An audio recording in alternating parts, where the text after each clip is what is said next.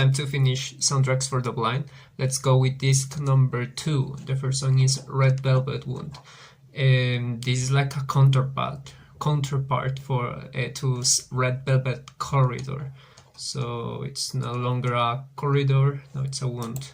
Let's see. This one has lyrics. This one has lyrics. The first one didn't have lyrics. And what do I do with the gift you presented me? The one. So let me say how you were wild, or what you use. I looked in the street and the morning light was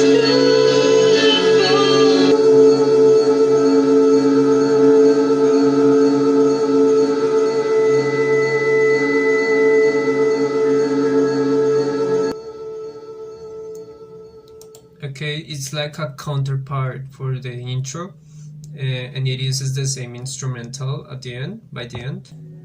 The sound. Remember this one.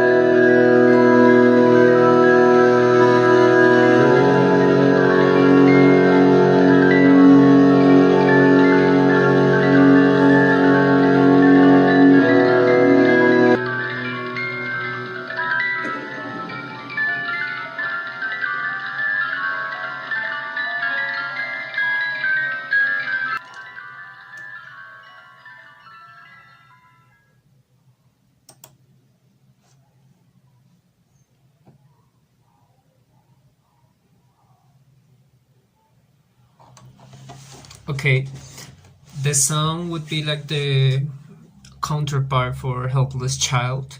I don't know which one I like more because Helpless Child for me has like a special place, um, especially because it was one of the first Swan songs that I really enjoyed.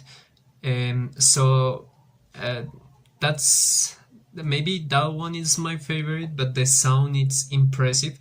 I I had never been a fan of it, but I must say that this time, listening to it like really loud because I have these big speaker sounds, um, it connects in a different way, and then it's like a more chaotic song, but especially that chaos part, the most noisy part of the song, it's what becomes more interesting for me because Helpless Child doesn't go that far. Here, the noise almost, I don't know, it almost feels like you need to discover the sound that it's in all of that noise, and it becomes a really interesting thing. I was imagining while I was listening to it, I was imagining a sphere. I don't know why, but the sound that it was making, that it was producing, it felt like a sphere of sound. So really cool. And yeah, the lyrics are pretty similar to Helpless Child, talking about parental abuse, or I don't know if parental abuse, but more like a toxic connection with this mother, no? That is like a symbol of anger, and maybe that's why the song becomes so noisy. So yeah, let's continue with her mouth.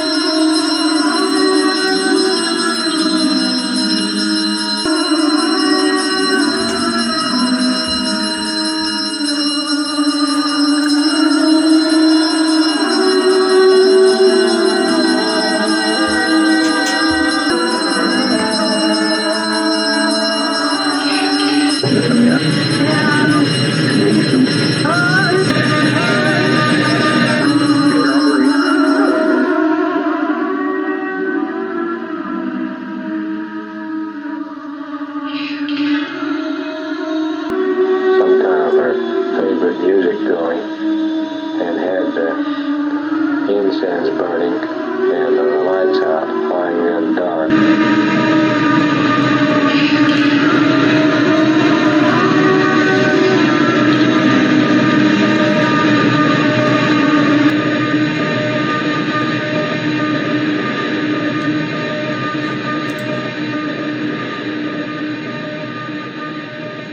Okay, not so much to say, just just a similar vibe and similar song structure to some of the songs in disc number one. I don't know which one is the song that it reminds me to, but it's between I Was a Prisoner in Your School and Live Through Me, but I don't remember which one exactly. No, Live Through Me is the one that I that I like, that is like really hopeful, no? There's a song, maybe The Beautiful Days, but I'm not sure. It has a similar vibe. Jarbo's father was a Navy agent who kept meticulous records of all his phone correspondence. In this recording, he catches her doing something odd, but it's unable to determine what is wrong. She was doing an LSD for the first time. Oh, that's interesting. Okay, genius helped me there.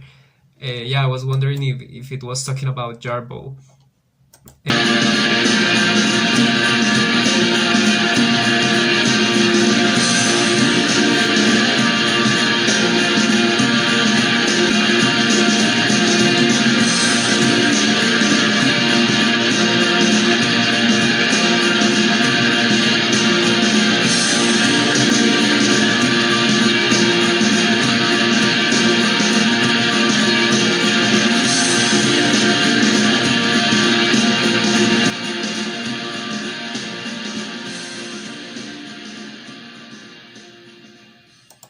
Okay, that reminds me a lot to the stuff in The Great Annihilator. It sounds similar to that record. Not so much to say. Let's continue with Hippo Girl, or I don't think it's Hippo Girl, Hypo Girl. I don't know. I don't remember these songs. Okay.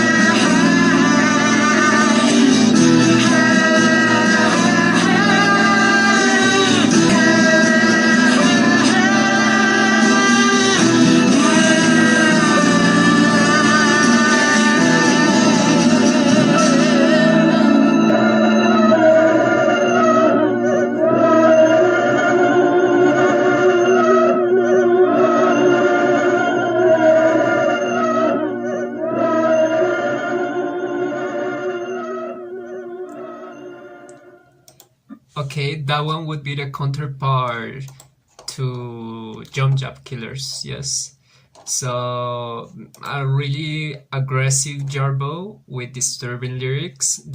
But this one it's like more recognizable as an obsession for over someone. So you are so obsessed with this person that you want to crawl into the skin. I think there's a meme that says that. So pretty cool song. Let's continue with Minus Something. I remember this one. This song, Minus Something, will be the counterpart to The Beautiful Days.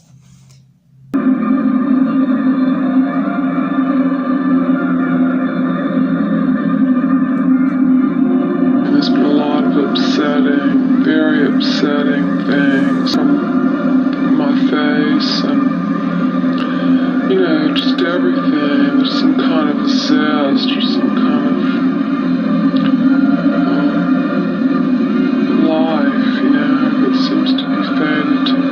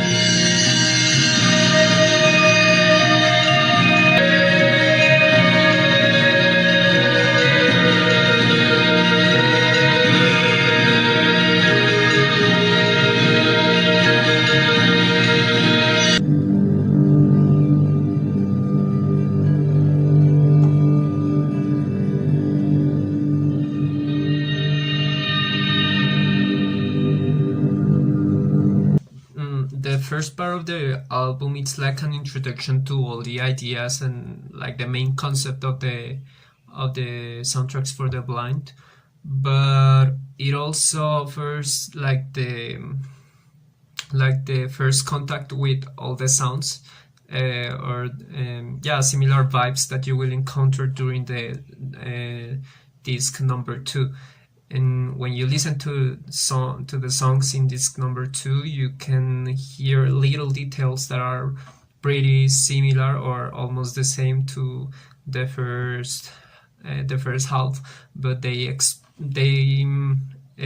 being Swans explore it with a different approach, or in a different way, or they make it different, they make it sound different so it doesn't get repetitive.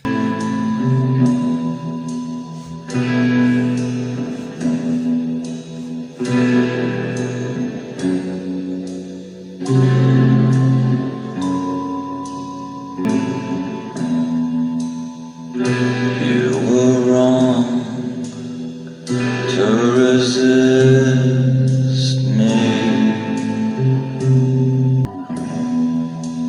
There's a place your future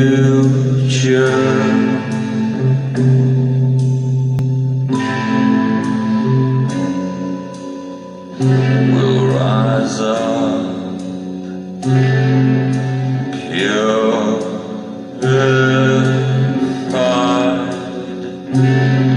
then kill your name.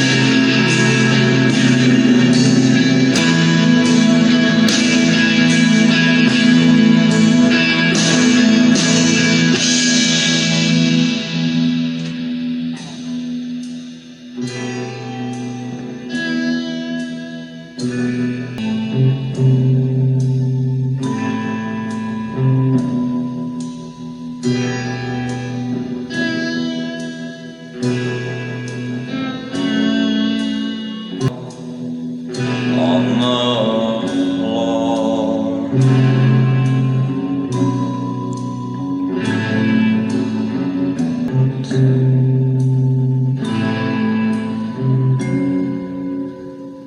then you rise up.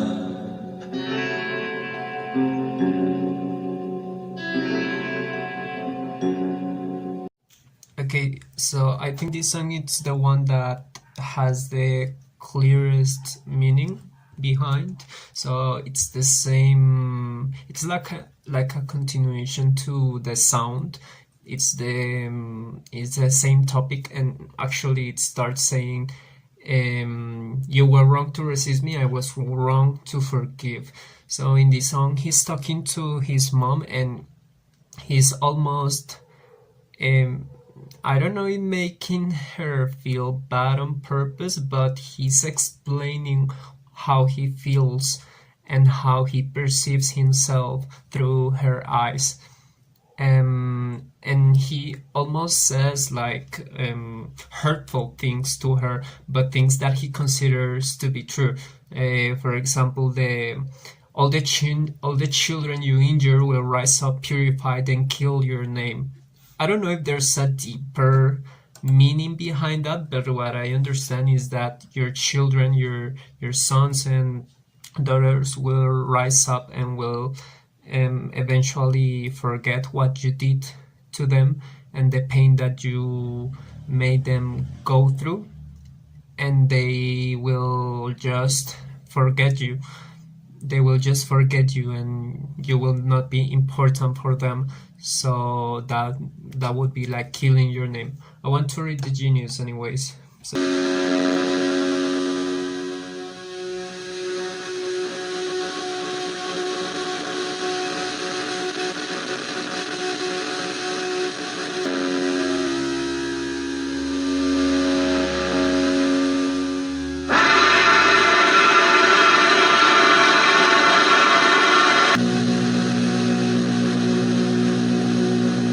that's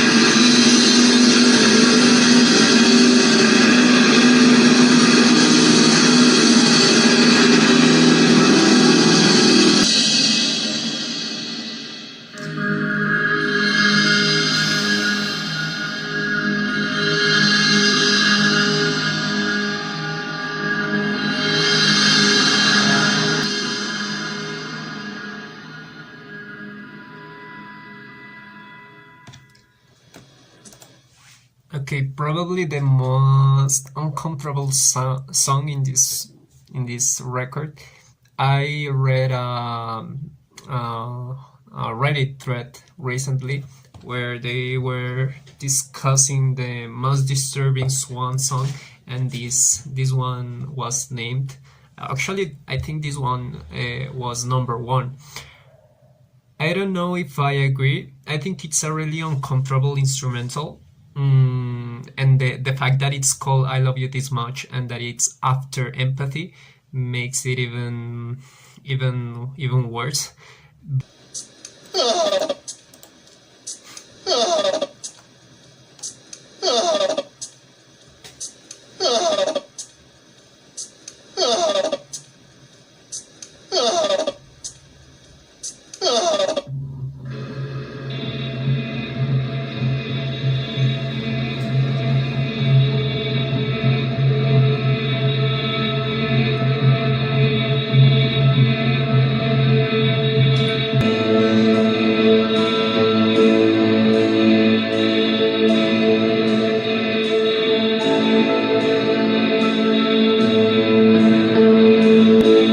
I give you money.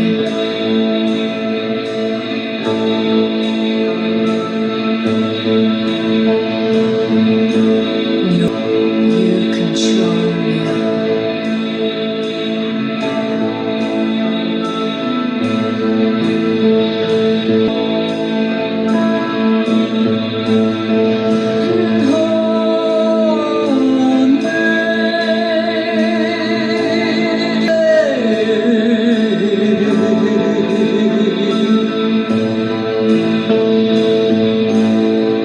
I'm your property.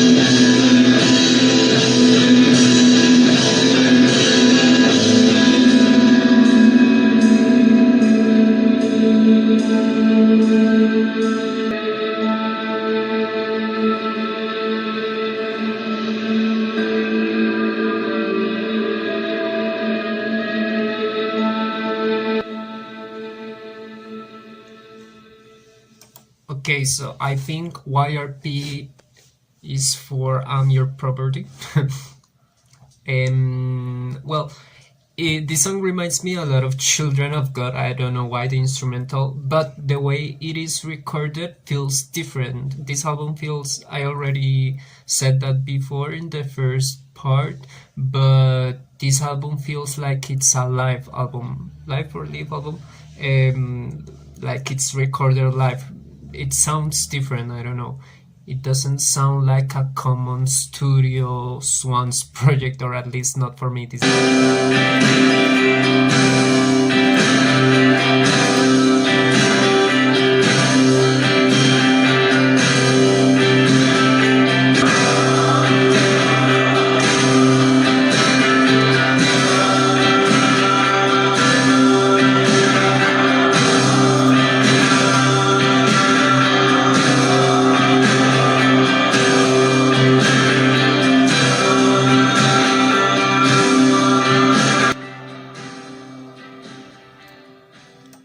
Okay, some of the songs in this record feel like just ideas that Jira had one moment and they wanted to do it, so it's like put it in there. Maybe because it was their last album and he wanted to maybe explore many things, but he didn't have maybe time, or they just wanted to put everything together. Okay, some of the songs in this record feel like just ideas that Jira had what moment and they wanted to do it. So it's like put it in there. Maybe because it was their last album and he wanted to maybe explore many things, but he didn't have maybe time, or they just wanted to put everything together.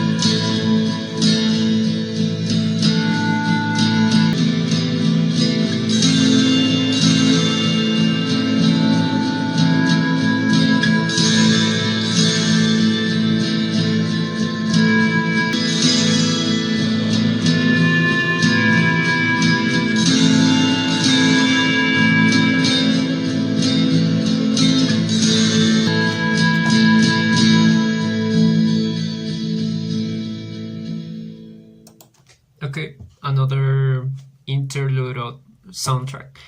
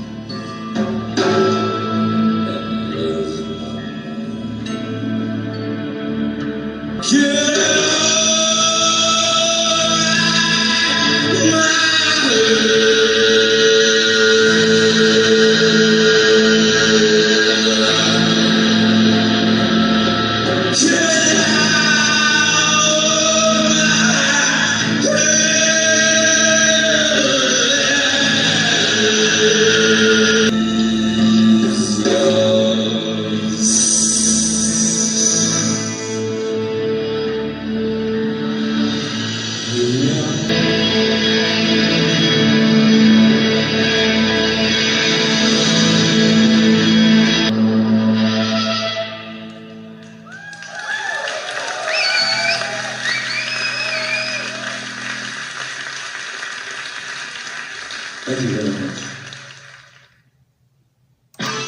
It's weird. I don't know why some of the songs are live, and I don't know why they did or they had that decision. I'm not saying that I don't like it, but it's a special decision to make because the songs sound like organic. They don't sound produced like in a common way.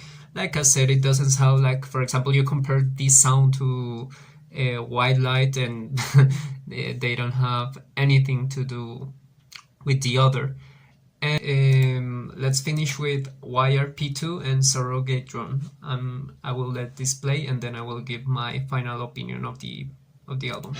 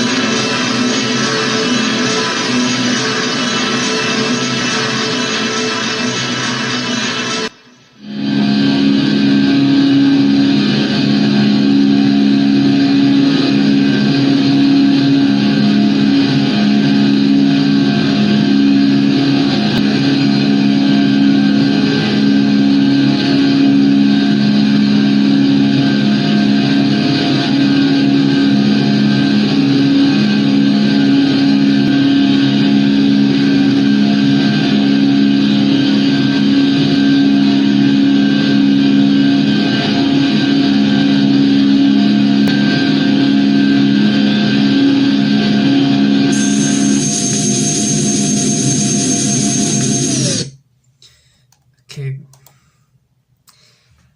After all these years, after listening to soundtracks for the blind, sometimes in different occasions and different parts of my life and different moods, I still don't know how I feel about this album, because it's a really weird project with strange sounds, strange lyrics, some deep cuts, and others that feel more like sporadic or not so, maybe not so interesting, like instrumental takes that just work as passages to or bridges to the other songs, and other instrumentals that just are there, they exist.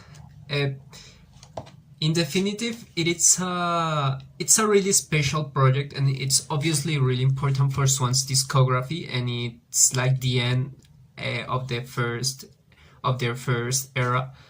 I really appreciate it, and it has some of my favorite moments and some of the moments that I remember the most of all their discography. But I don't think it's their masterpiece. A lot of people think it's Swans' masterpiece, and Rate Your Music, it's like I think it's their highest rated album. And I don't agree. I think that I don't know, I cannot compare it to The Grey Annihilator or to Children of God, that for me are like their highest until now. But I cannot compare them because they are so different, the way they are recorded, the topics they present, the sounds, the concepts. I don't know, it's something different. It's the same band, but as we have seen until this video, from their first album to Soundtracks for the Blind, they are always changing. Every album has something different to offer. So I don't know how to write this. But what I could say is that I really enjoy it.